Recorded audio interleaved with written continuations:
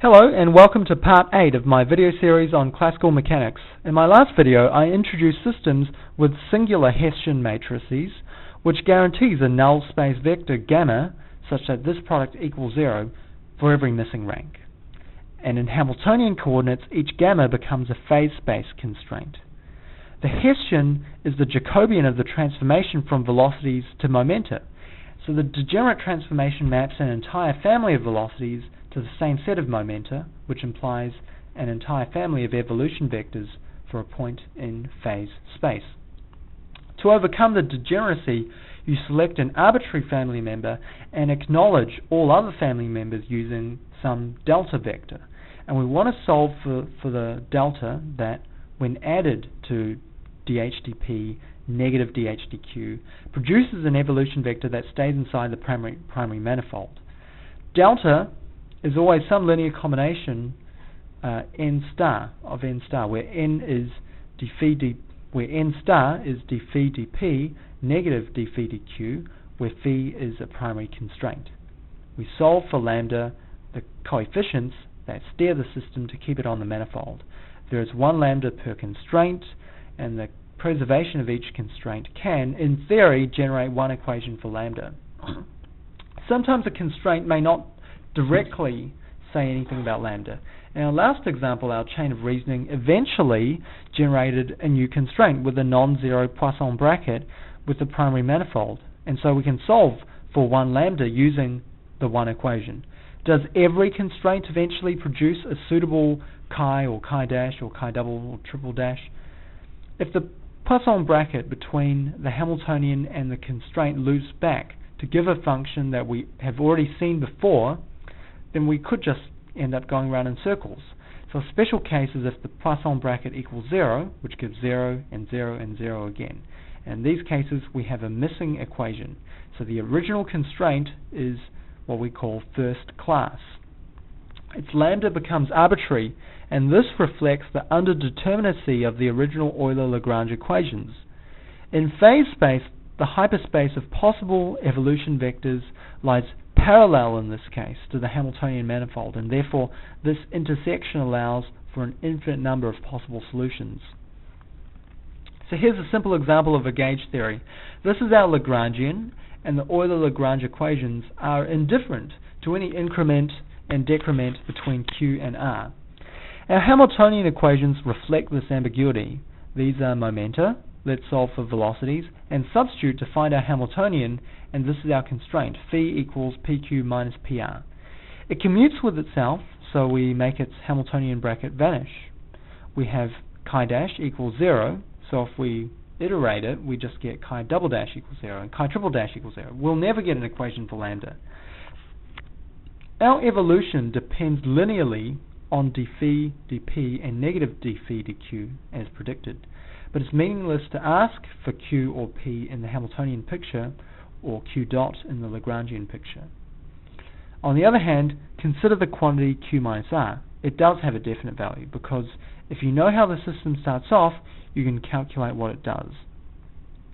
The evolution of Q minus R is independent of this arbitrary lambda because it commutes with phi, so it's just 0 times lambda. So any quantity that commutes with all constraints is a first-class quantity, and it has a meaningful value whether or not lambda has a definite value, because lambda has no bearing on its evolution. To recapitulate, if phi has a non-vanishing Poisson bracket with another primary constraint, then it contributes an equation solving for lambda, and we'll call it second class. Alternatively, if chi dash or double or triple dash contribute, then the original constraint is still second class. If the sequence of functions goes into a loop and every function has 0 Poisson bracket with every primary constraint, it's a first class. A system with one or more primary first class constraints is called a gauge theory, and this matrix of Poisson brackets has one or more rows of zeros, and this makes it singular. This means that when we solve for lambda, we're allowed to add some arbitrary multiple of null space vectors, and there's nothing about the Lagrangian or Hamiltonian or anything from the system that tells us what these arbitrary multiples should be. In our example, phi is itself the null space vector, and we're free to select lambda to be any number we choose. Say we have some quantity, A, which depends on phase space coordinates. The total time derivative can be any quantity we like, except in the special case where the Poisson bracket between A and phi equals 0. And this type of quantity, which has a vanishing Poisson bracket with every first-class constraint, is special because it has a defined value at all times, even if we don't know what the system is doing. We call this a physical or first-class quantity. A first-class quantity, whereas all other functions are non-physical. We identify phase space coordinates that always correspond to the same physical quantities. We call these gauge orbits. If A is a physical quantity, then its Poisson bracket with chi has to vanish. What change, delta Q delta P, would preserve its value? Well, we could pick delta Q equals d chi dp, and delta P equals negative d chi dq. In this sense, first class constraint is the generator of gauge orbits, because you could start with any point on the physical manifold and change Q and P by a small amount, and then reevaluate the constraint derivatives and increment Q and P again. These tiny line segments trace out a gauge orbit. The reality is that in field theories, which I'll discuss last, the reality is more complicated, especially when there are multiple first-class constraints, but I won't go into that just yet. All these points on the gauge orbit are physically equivalent. In practice, how do we deal with this freedom? One way is to solve the equations of motion. Select lambda arbitrarily.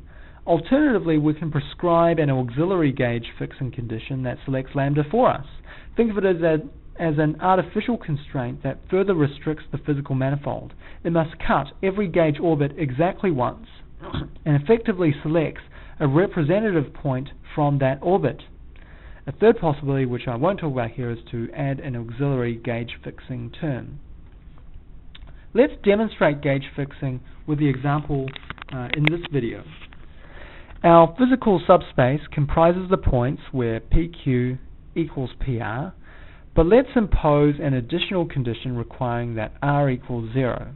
So this generates an equation for lambda requiring lambda equals 0, so that we can substitute it into the equation of motion. These equations of motion apply within the physical manifold on the part that satisfies the newly imposed condition. Alternatively, you could take that same condition, remove this superfluous degree of freedom in the original Lagrangian, and you actually end up with a non-singular equation of motion. So now, just for a couple of words on Dirac brackets. Okay, so the correct lambdas satisfy these linear equations, but let's expand the system with dummy variables, kappa, which meet these equations. So we're only interested in the submanifold where these chi h brackets vanish, and by definition the brackets between chi and other primary constraints vanish. Therefore every kappa equals 0, and these extra terms wouldn't change these equations. The new coefficient matrix now contains Poisson brackets between every pair of secondary constraints, the phis, the chi's, the chi dashes. If we solve this system, we get all the lambdas and all the kappas, the kappa being just 0, and the time derivative of any arbitrary function f is just the Poisson bracket with h plus some linear combination of Poisson brackets with phi and chi. So this term won't change anything since kappa equals 0. In a matrix form, this column vector of lambdas and kappas is just the inverse of the coefficient matrix times the Poisson bracket between each constraint and the Hamiltonian. Doesn't that look beautiful and symmetric? This is the Dirac bracket between f and h.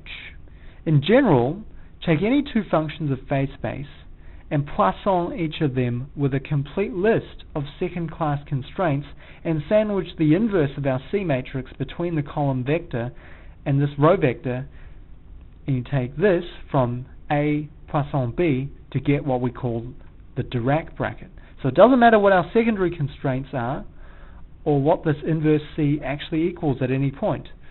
The Dirac bracket, this anti-symmetric bilinear operation, takes two functions and it spits out a new function. And it also obeys the Leibniz and Jacobi identities purely because Poisson brackets do. Okay, so I'll leave it there, and I'll see you in the next video when we talk about field theories.